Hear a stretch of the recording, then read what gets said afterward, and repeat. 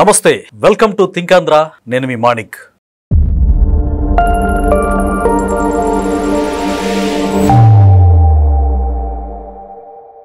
YS Jaganmohan Reddy గారు అసలు ఆయన నేచర్ ఏంటి, ఆయన లైఫ్ స్టైల్ ఎలా ఉంటుంది అంటే మానసికంగా ఆయన పరిస్థితిపై పూర్తి విశ్లేషణ అందించడానికి మనతో పాటు ఉన్నారు గరికపాటి రాజేష్ గారు. రాజేష్ గారు నమస్కారం.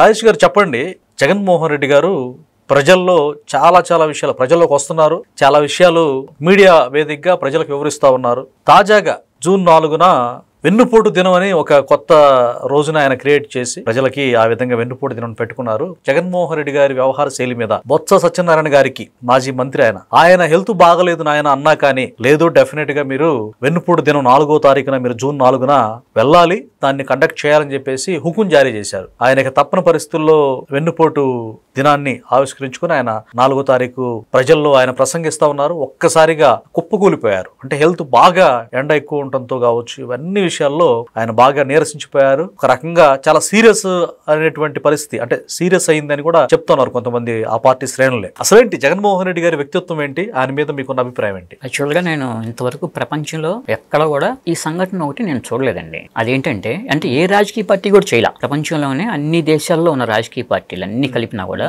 ఏ ఒక్క రాజకీయ పార్టీ కూడా ఈ తరహా విధానంలో కార్యక్రమాన్ని చేపట్టలేదు. ఏంటంటే ప్రజలు తనకు అన్యాయం చేశారు అని ప్రజల మీద నిరసన తెలియజేస్తున్నారు. ఆయన ఓట్లేసిన ప్రజల మీద నిరసన తెలియజేసే రాజకీయ పార్టీని కానీ రాజకీయ నాయకుడిని కానీ మీరు ఎప్పుడైనా చూసారా? చూడలేదు. ఈవెన్ హిట్లర్ని కూడా చూడలేదు. అదే మరి అసలు ఎంత చిత్రంగా ఉందంటే, ఇది వైఎస్ఆర్ కాంగ్రెస్ పార్టీ డిఎన్ఏలోనే criminal and cross plus ideology ఉందండి. అంటే జగన్ డిఎన్ఏలో ఉంటేనే పార్టీ డిఎన్ఏలో ఉంటుంది.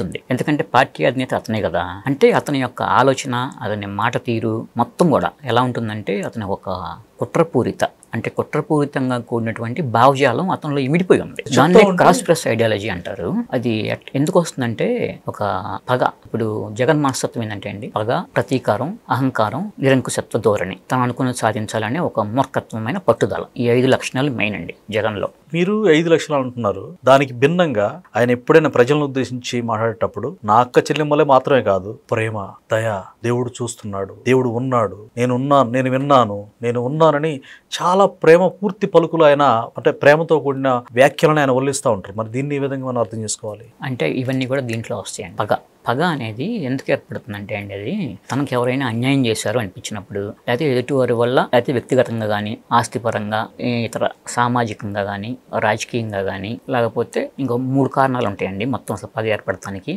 సామాజికం, రాజకీయం, ఆర్థికం. ఈ 3 కారణాల వల్ల తనకు ఏదైనా ద్రోహం జరిగింది, అన్యాయం జరిగింది అని అనిపించినప్పుడు ఆ పగ అనేది ఏర్పడుతుంది. ఈ పగ ఏమవుతుందంటే, మనకి ఆ పగని మనం క్షమించేసుకునే గుణం ఉండాలి. లేదంటే అది క్రమేణా రోజు రోజుకి పెరుగుతూ ఉంటుంది. జీవితకాలం తనతో పాటే ఉంటుంది ఆ పగ. అట్లా దీర్ఘకాలికంగా ఒక వ్యక్తిలో ఆ పగ ఉండటం వల్ల ఏమవుతుందంటే, సమాజంలో విద్వేషాలు మామూలుగా పెరుగుతాయి అన్నమాట. హింస పెచ్చరిల్లుతుంది. కాబట్టి ఏ వ్యక్తిలో అయినా సరే దీర్ఘకాలికంగా పగ అనేది ఉండకూడదండి. అందుట్లోనూ జగన్మోహన్ రెడ్డి లాంటి రాజకీయ నాయకుడికి అసలు అది పనికిరాదు. దానివల్ల ఇప్పుడు ఏం జరుగుతుందో మనం మొత్తం చూస్తూనే ఉన్నాం కదా. అట్లా ఇతను పగ, ప్రతీకారం, అహంకారం, నిరంకుశత్వ ధోరణి, మూర్ఖత్వమైన పట్టుదల ప్రధానంగా ఉన్న 5 లక్షణాలు. రాజేష్ గారు, ఇక్కడ ఒక పాయింట్ చెప్పాలి. పగ దీర్ఘకాలికంగా ఉండకూడదని మీరు అన్నారు.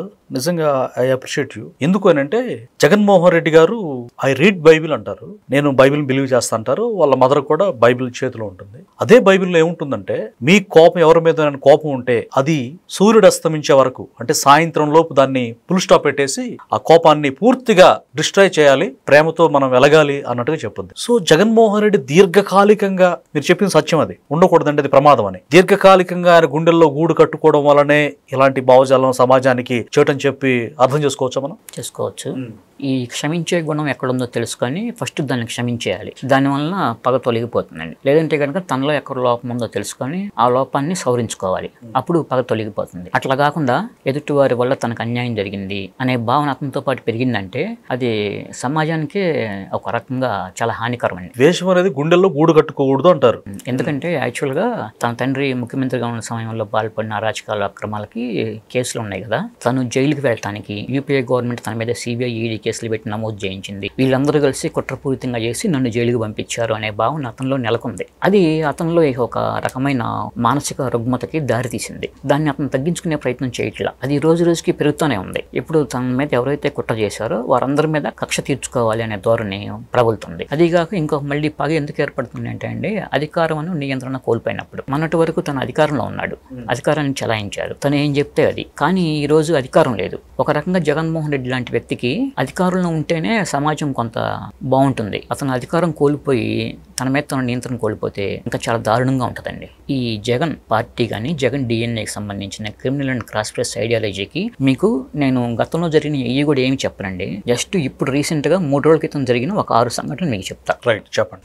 ఒకటండి, తెనాల్లో రౌడీ షీటర్ను పరామర్శించడానికి వెళ్ళారు కదా, అతనిలో ఉన్న నేరపూరిత కుట్రతో కూడిన భావజాలానికి అదొక ఉదాహరణ. దీనివల్ల ఏమవుతుందంటే ఆ రౌడీ షీటర్లు అందరికీ కూడా రాష్ట్ర వ్యాప్తంగా ఇతను భరోసా ఇచ్చాడు, నేనున్నాను అని. ఇతను పరామర్శించాడే, వాళ్ళు రేపు భవిష్యత్తులో పెద్ద స్మగ్లర్లుగా మారి రాజకీయ నేతలుగా మారి అసెంబ్లీలోకి అడుగుపెట్టిన ఆశ్చర్యపోవాల్సిన పని లేదు. తర్వాత నెక్స్ట్ రెండోది, తిరుమల తిరుపతి దేవస్థానంలో కొండ మీద అది టీటీడీ అనేది ఆధ్యాత్మిక వాతావరణం ఉన్న ఒక కేంద్రం. అది అక్కడ రాజకీయ పార్టీకి సంబంధించిన నినాదాలు చేశాడు అతను, ఏమని జై జగన్ అని. తర్వాత తిరుమల తిరుపతి దేవస్థానానికి వ్యతిరేకంగా కూడా నినాదాలు చేశాడు. ఇతను ఈస్ట్ గోదావరి మాజీ మంత్రి కురసాల కన్నబాబు అనుచరుడు. ఇది కావాలని చెప్పేసి ఉద్దేశపూర్వకంగా తేల్చారని చెప్పేసి టీటీడీ తేల్చిందండి. తర్వాత నారా లోకేష్ విద్యాశాఖ మంత్రిగా ఉన్నారు కదా, యాక్చువల్గా 6,30,000 మంది ఎగ్జామ్స్ రాశారండి 10th క్లాస్. అందుట్లో 37,000 మంది రీవెరిఫికేషన్ పెట్టుకుంటే వాటిని అన్నింటినీ కూడా మూల్యాంకనం చేయించి మార్కులు ఏమన్నా కలపాల్సినవి ఉంటే కలిపారు. వైఎస్ జగన్మోహన్ రెడ్డి ముఖ్యమంత్రిగా ఉన్న 5 ఏళ్ల కాలంతో పోల్చుకుంటే ఇప్పుడు ఈ సంవత్సరంలో రీవెరిఫికేషన్ పెట్టుకున్న పర్సంటేజ్ 0.0006. అంటే ఎంత తక్కువ మీరు అర్థం చేసుకోవాలి. Little bit. దాని మీద సోషల్ మీడియాలో ప్రచారం చేస్తా అయోమయానికి గురి చేస్తున్నారు. మీ పేపర్లన్నీ సరిగ్గా దిద్దలేదు, పేపర్లు దిద్దటం అంటే ఇతను ఏపీఎస్సీ పిఎస్ఆర్ ఆంజనేయులతో కలిసి హైలాండ్ పేపర్లు దిద్దారే ఆ టైప్ లో దిద్దారని అనుకుంటున్నారేమో. అంటే ఈ పేపర్లు సరిగ్గా దిద్దలేదని చెప్పేసి విద్యార్థుల్ని ఒక అయోమయానికి గురి చేస్తున్నారండి. వాళ్ళలో ఆందోళనని క్రియేట్ చేస్తున్నాడు. అదొకటండి. ఐడియాలజీ ఎలా ఉంటుంది అనేది నేను చెప్తున్నానండి డిఎన్ఏలో. తర్వాత సైకిల్ అండి, ఇబ్రహీంపట్నంలో జోగి రమేష్ కొడుకు రిసెప్షన్ కి జగన్ వెళ్తే అక్కడ కార్యకర్తలు పైశాచికంగా ప్రవర్తించారు. అదేంటండి అసలు ఒక బాబు, ఎవరో బాబుది, ఆ బాబు ఆ పాటు వెళ్తా ఉంటే ఒకడు ఆ సైకిల్ తీసుకుని ఆ కార్యకర్తలో ఒకడు తీసి గిరగిరా తిప్పు నేలకేసి కొట్టి ఇంకా చాలా మంది అతనితో పాటుగా ఒక జాంబీస్ లాగా, అంటే ఒక మిత్తులో ఉన్నట్టుగా గంజాయి మత్తు మరేదో గాని తొక్కుతా ఉన్నారు, గందరగోళం చేశారు. ఎవ్వరు కూడా కనీసం ఏ నేత కూడా భారించిన పరిస్థితి లేదు. దీన్ని మనం ఏ విధంగా అర్థం చేసుకోవాలి? ఆ డిఎన్ఏలో ఉన్న క్రిమినల్ అండ్ క్రాస్ ప్రెస్ ఐడియాలజీలో ఇది ఒక భాగం. ఆ నాయకుడిలో ఉన్నది కార్యకర్తలో ఉంటుంది. నాయకుల్లో అంటే జగన్లో ఉన్నది నాయకుల దగ్గరకు వస్తుంది, నాయకుల దగ్గర నుంచి కార్యకర్తలకు విస్తరిస్తుంది. అంతకు మించి ఏమి ఉండదండి. అట్లా చేశారు కదా. సరే, నారా లోకేష్ స్పందించి వాళ్ళకి మళ్ళీ ఇంకో పిల్లాడికి సైకిల్ కొనిపించారు. అదొకటండి. అతని ఐడియాలజీలోకి ఇంకొకటి బొత్స సత్యనారాయణ. యాక్చువల్గా పాపం తన ఆరోగ్యం బాగాలేదని చెప్పినా కూడా బలవంతంగా కావాలని చెప్పేసి వెళ్లాల్సిందే అని చెప్పేసి ఆయన తీవ్రమైన ఒత్తిడి గురి చేశారు. ఇవాళ ఆయన ఎట్లా కుప్పకూలిపోయాడు ఆ వీడియోలు కూడా మొత్తం అంటే మనిషి ఎట్లా పోయినా ఏం పోయినా మనకి అనవసరం, మనం అనుకున్నది జరగాలి అని ఇందాక మనం అనుకున్నామే, మూర్ఖత్వంతో కూడిన పట్టుదల అని చెప్పేసి. ఇదొకటండి.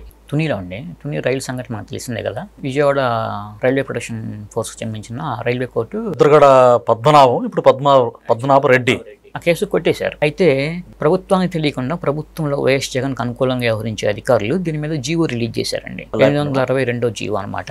ఏంటంటే ఇది ఆ కొట్టేసిన కోర్టు మీద మేము కోర్టులో అప్పీల్కి వెళ్తున్నాము అని ఆ కేసు మీద. అది ఒకసారిగా ప్రభుత్వం కూడా ఉలిక్కిపడింది. ఇదేంటా అసలు మనకు అర్థం కాలేదు. ఎవరో తీసుకెళ్లి చెప్తే తెలిసింది, అర్థమైంది. వెంటనే అసలు దీనికి బాధ్యులు ఎవరో చేయండి అని చెప్పేసి అంతర్గతంగా విచారణ జరుగుతుంది. దీనికి ఈ జీవో రిలీజ్ అవడానికి కారకులు ఎవరు అని. జగన్మోహన్ రెడ్డి గారి మీద అభిమానం ఉన్న ఆ అధికారులే ఈ పనికి పాల్పడ్డారు. ఇది ఆ కాన్స్పిరసీ ఐడియాలజీలో ఇది ఒక భాగం. వెంటనే ప్రభుత్వం మళ్ళీ మేము ఈ కోర్టుకి హైకోర్టుకి అప్పీల్ చేసే ఉద్దేశం లేదు ఆ కేసు మీద అని చెప్పేసి 869 నెంబర్ జీవో రిలీజ్ చేసిందండి. ఇట్లా ఆ పార్టీ డిఎన్ఏలో, ఆ జగన్ డిఎన్ఏలో ఉన్న క్రిమినల్ ఐడియాలజీలు ఎలా ఉంటాయండి.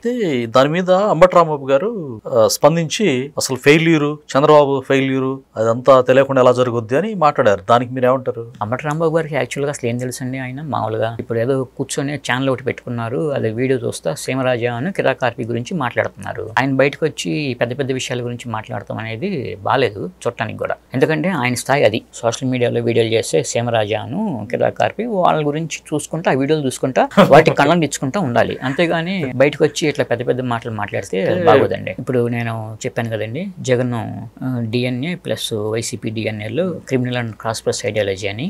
పగ ఎందుకు ఏర్పడుతుంది అనే దానికి నేను ప్రధానంగా ఒక 5 కారణాలు చెప్తానండి. తనకు తీవ్రమైన అన్యాయం, ద్రోహం జరిగింది అనేది ఒకటి. తర్వాత తనకు న్యాయం జరగలేదు అనే భావన ఏర్పడటం ఒక కారణం. తర్వాత అహం దెబ్బతినటం, అధికారం నియంత్రణ కోల్పోవటం, తర్వాత సామాజిక కారణాలు, తర్వాత వ్యక్తిగత వైరుధ్యాలు, ఇలా ఉంటాయండి. ఈ 6 పాయింట్లని మనం విశ్లేషించుకుంటూ వెళ్తే యాక్చువల్గా జగన్ ఒక మైండ్ సెట్, అతని క్రిమినల్ ఐడియాలజీ అనేది మనకు అర్థమవుతుంది. ఇవన్నీ ఏర్పడటానికి కారణాలు ఏంటంటే, ఆ రోజు కోర్టుల్లో కూడా తనకు న్యాయం జరగలేదు అని చెప్పేసి. తప్పు చేసినప్పుడు న్యాయం ఎక్కడ జరిగిద్ది? అతను అవన్నీ పెట్టుకొని ఇప్పుడు ఈ విధంగా వ్యవహరిస్తున్నారు. చివరికి కొన్ని రుగ్మతలకి దారితీస్తుంది. నిద్రలేమి, ఎదుటివారిని నమ్మకపోవటం, ఎవరేది చెబుతున్నా కూడా అంటే మనకి ఏదన్నా అవుతుందేమో, వాళ్ళు చెప్పిన దాంట్లో ఏదన్నా కుట్ర ఇమిడి ఉందేమో అని అదే ఒకే రకమైన ఆలోచన ధోరణితో కూడుకొని ఉంటుంది. అట్లా అనేక రకాల కారణాలు ఉంటాయండి. ఇవన్నీ కలిసి ఇప్పుడు ఆంధ్రప్రదేశ్ ప్రజలకు శాపంగా మారాయి. ఇట్లా అతని మనస్తత్వాన్ని విశ్లేషించుకుంటూ వెళ్తే చాలా ఉంటాయండి. ఇలాంటి వ్యక్తిని ఎదుర్కొని ఇప్పుడు ఆంధ్రప్రదేశ్ రాజకీయాలని మళ్ళీ ఒక క్రమ పద్ధతిలో నడపటం అనేది